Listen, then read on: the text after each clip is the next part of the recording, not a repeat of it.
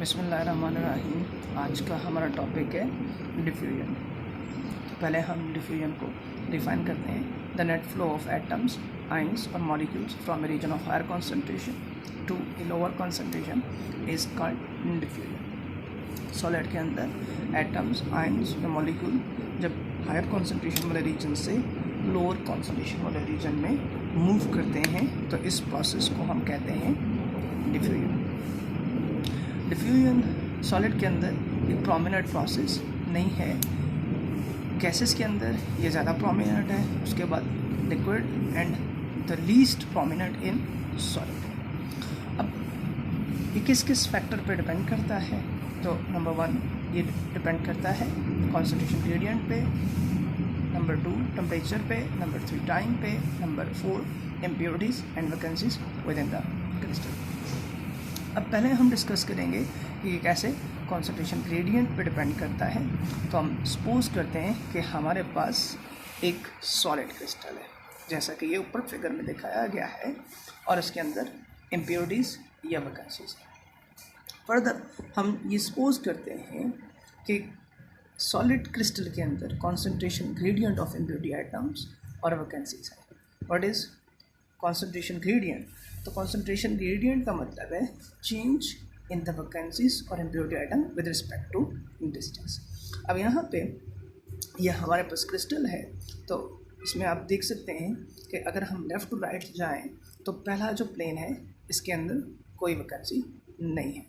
दूसरे प्लेन में यहाँ पे ये एक वैकेंसी है जो इस मार्क से शो की गई है। अब तीसरे प्लेन में 2 वैकेंसीज हैं, चौथे प्लेन में 3 वैकेंसीज है, पांचवें प्लेन में 4 वैकेंसीज हैं। तो जैसे जैसे हम लेफ़्ट टू राइट मूव कर रहे हैं तो नंबर ऑफ़ वैकेंसीज बढ़ रही हैं, या अगर हम राइट टू लेफ़्ट मूव करें तो नंबर ऑफ़ वैकेंसीज कम हो रही हैं। तो इसे हम कहते हैं कॉन्सेंट्रेशन ग्रेडियंट ऑफ वैकेंसीज के जो वैकेंसीज की अमाउंट है वो चेंज हो रही है विद रिस्पेक्ट टू डिस्टेंस। अब राइट साइड पे वैकेंसीज ज़्यादा है, लेफ़्ट साइड पे वैकेंसीज कम है, तो यहाँ पे नंबर ऑफ़ एटम्स की कॉन्सेंट्रेशन यहाँ पे ज़्यादा है और राइट पे कम है, तो नेट एटम मूव करेंगे फ्रॉम लेफ़्ट टू राइट। अब जब एटम सॉलिड के अंदर लेफ़्ट टू राइट मूव करेंगे, यानी कि हायर कॉन्सेंट्रेशन वाले रीजन से लोअर कॉन्सेंट्रेशन वाले रीजन में मूव करेंगे, तो इसको हम कहते हैं डिफ्यूजन। अब जो net number of atoms move करेंगे पर यूनिट एरिया पर यूनिट टाइम में, उसे हम कहते हैं फ्लक्स। अभी जो फ्लक्स होता है सॉलिड के अंदर, Jn जो नंबर ऑफ़ एटम्स मूव करते हैं पर यूनिट एरिया पर यूनिट टाइम, वो कॉन्सेंट्रेशन ग्रेडियंट n से रिलेटेड होता है बाय फिक्स लॉ। तो फिक्स लॉ की मैथमेटिकल फॉर्म है Jn is equal to minus D gradient of n। Jn is equal to minus D gradient of n को हम इस तरह भी लिख सकते हैं dn ओवर dx। अब Jn क्या है? Jn नंबर ऑफ़ एटम्स और पार्टिकल क्रॉसिंग यूनिट एरिया पर यूनिट टाइम, इसको हम कहते हैं net flux. D diffusion constant है, इसकी जो वैल्यू होती है D is equal to D naught exponential minus E over k B T. और नेगेटिव साइन ये शो करता है कि पार्टिकल मूव कर रहे हैं अवे फ्रॉम हायर कॉन्सेंट्रेशन, के हायर कॉन्सेंट्रेशन से लोअर कॉन्सेंट्रेशन की तरफ मूव कर रहे हैं। इक्वेशन नंबर 1 को हम इस तरह भी लिख सकते हैं कि यहाँ पे ये डी कांस्टेंट है, तो यहाँ पे हमने Jn is equal to minus ये कांस्टेंट लिख लिया Dn ओवर dx। कांस्टेंट और इक्वालिटी को हटाएंगे तो यहाँ पे प्रोपोर्शनैलिटी साइन आ जाएगा, Jn is directly proportional to minus Dn over dx। तो यहाँ से हम ये कंक्लूड करते हैं कि ये नेट फ्लक्स है, that is the movement of atoms from higher concentration to lower concentration per unit area पर unit time is directly proportional to concentration gradient. अब हम सिंपली ये भी कह सकते हैं कि ये जो डिफ्यूजन है, diffusion is the movement of atom, तो यहाँ पे जो डिफ्यूजन है ये डायरेक्टली प्रोपोर्शनल है कॉन्सेंट्रेशन ग्रेडियंट। अब नेक्स्ट हम डिस्कस करते हैं डिफ्यूजन कांस्टेंट। तो डिफ्यूजन कांस्टेंट जो है D is equal to D naught exponential minus E over k B T. अब यहाँ पे ई जो है वो activation energy, that is energy required to move the atom from lattice point to interstitial position या vacancies वाली position पे move करने के लिए या इंटरस्टिशियल पोजीशन पे मूव करने के लिए एटम को जो एनर्जी चाहिए होती है that is called activation energy. T यहाँ पे टेम्परेचर है, ठीक है। अब यहाँ पे हम ये फिगर शो करें कि अगर यहाँ पे नंबर ऑफ इम्प्योरिटी आइटम ज़्यादा है, यहाँ पे नंबर ऑफ इम्प्योरिटी आइटम कम है, तो अगर यहाँ पे इम्प्योरिटी आइटम यहाँ से यहाँ पे मूव करेंगे तो this one is the energy barrier. अब ये जो एटम्स हैं ये यहाँ से इधर तब मूव करेंगे जब ये एनर्जी बैरियर को ओवरकम करेंगे। अब अगर if barrier of height E, then atom will have sufficient energy to pass over the barrier, a fraction exponential minus E over kBT of the time। अब T टेम्परेचर पे अब barrier की अगर height E है तो atom के पास जो atom move करेंगे उनके पास इतने टाइम सफिशिएंट एनर्जी होगी कि उस बैरियर को क्रॉस करें और हायर कॉन्सेंट्रेशन वाले रीजन से लोअर कॉन्सेंट्रेशन वाले रीजन में मूव करें। अब ये जो दूसरा प्रोसेस है that is quantum tunnelling through the barrier. ये दूसरा पॉसिबल प्रोसेस है, लेकिन ये सिर्फ इम्पॉर्टेंट होता है for the lighter nuclei, like हम कह सकते हैं लाइक हाइड्रोजन टाइप मॉलिक्यूल्स या एटम्स। इफ़ अब यहाँ पे अगर ये जो एटम मूव कर रहे हैं न्यू उसकी वाइब्रेशनल फ्रीक्वेंसी है, तो देन जो प्रोबेबिलिटी है कि एटम एक सेकंड में कितनी दफ़ा बैरियर को क्रॉस करेगा उसकी प्रोबेबिलिटी होगी P is equal to nu exponential minus E over kBT। This relation ये हमें बताता है कि कितनी प्रोबेबिलिटी है कि एक एटम, ये न्यू जो है ये एटम की वाइब्रेशनल फ्रीक्वेंसी है, और exponential minus E over kBT ये हमें बताता है कि कितने टाइम एक एटम थर्मल एनर्जी गेन करेगा कि वो एनर्जी गेन करके वो बैरियर को ओवरकम करके हायर कॉन्सेंट्रेशन से लोअर कॉन्सेंट्रेशन पे मूव करेगा। तो P जो है इन दोनों को मिला के ये P हमारे पास ओवरऑल प्रोबेबिलिटी आती है। इसे हम जंपिंग फ्रीक्वेंसी भी कहते हैं। जंपिंग फ्रीक्वेंसी मीन इसकी जो वैल्यू होगी वो हमें बताएगी कि इतनी टाइम जो है वो एक एटम हायर कॉन्सेंट्रेशन से लोअर कॉन्सेंट्रेशन पे मूव कर सकता है, या इतनी प्रोबेबिलिटी। अब नेक्स्ट हम फाइंड करते हैं कैलकुलेशन ऑफ डिफ्यूजन कांस्टेंट। तो हम यहाँ पे सपोज करते हैं कि हमारे पास 2 पैरेलल प्लेन्स हैं इम्प्योरिटी आइटम्स के। अब यहाँ पे ये हमारे पास एक प्लेन है, हम सपोज करते हैं ये हमारे पास दूसरा प्लेन है।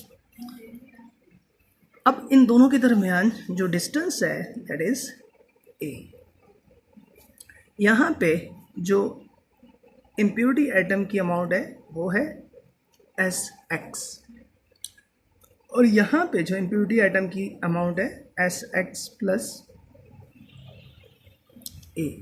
तो हमने सपोज किया कि हमारे पास 2 पैरेलल प्लेन्स हैं इम्प्योरिटी आइटम के इंटरस्टिशियल साइड पे जो सेपरेटेड हैं लेटिस कांस्टेंट A से। Sx number of impurity atom है in one plane, Sx plus A is the number of impurity atoms in other plane.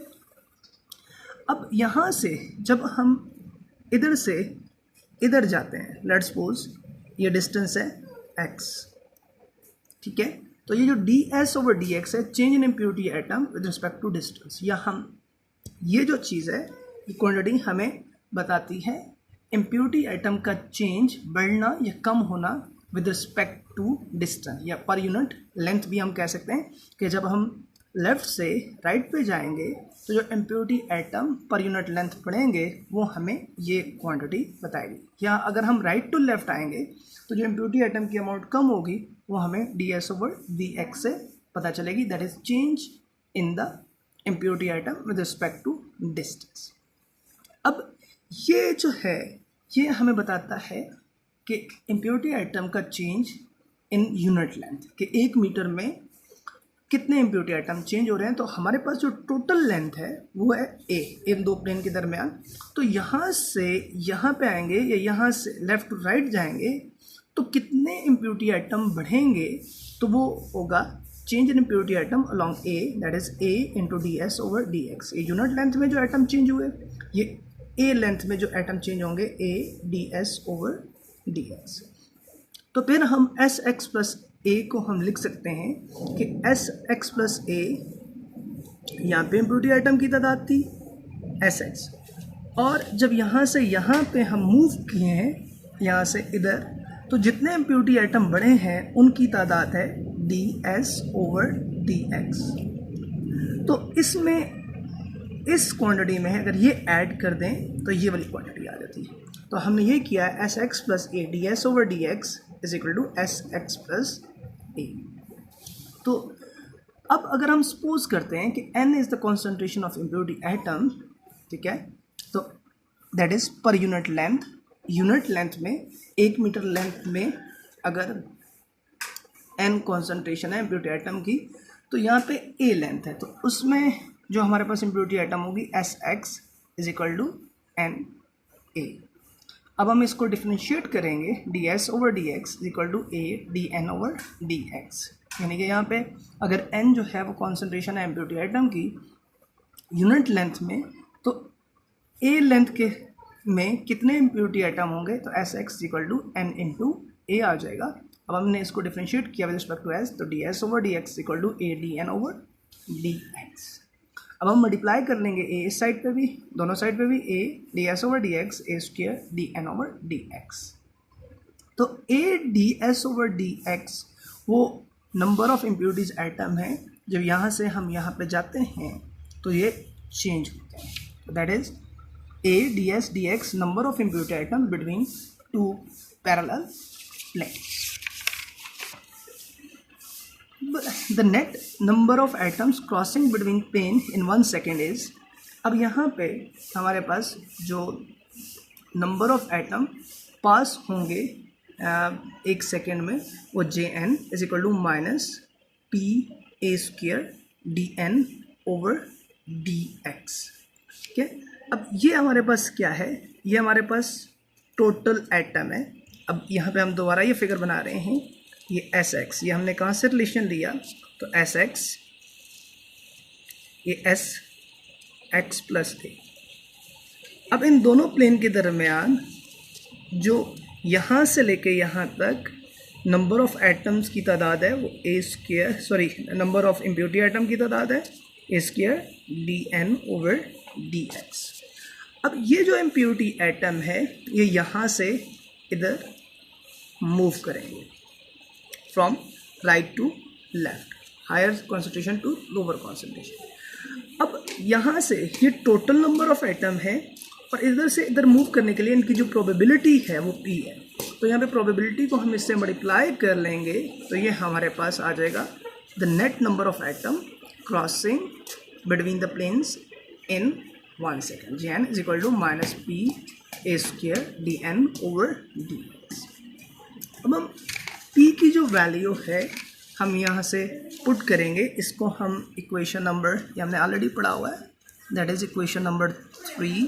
तो हम इसको इक्वेशन नंबर 3 से पुट करेंगे तो जे एन पी की value minus new exponential minus E और K B T A square D N over D x. अब Fick's law के मुताबिक जे एन किसकी इक्वल है, minus D N over D X. इसको हम इक्वेशन नंबर 4 कहते हैं और इसको हम इक्वेशन नंबर 5 कहते हैं। अब हम अगर कंपेयर करें, कंपेयर इक्वेशन 4 एंड 5, तो जो हमारे पास d की वैल्यू आती है d is equal to nu a square exponential minus E over k B T. तो अब इस फैक्टर को हम डी नॉट कह देते हैं, तो that is d is equal to D naught exponential minus E over k B T. अब डी नॉट किसकी इक्वल है, nu into a square. Nu frequency है, vibrational frequency of the impurity atom, और a जो है वो 2 parallel plane के दरमियान डिस्टेंस।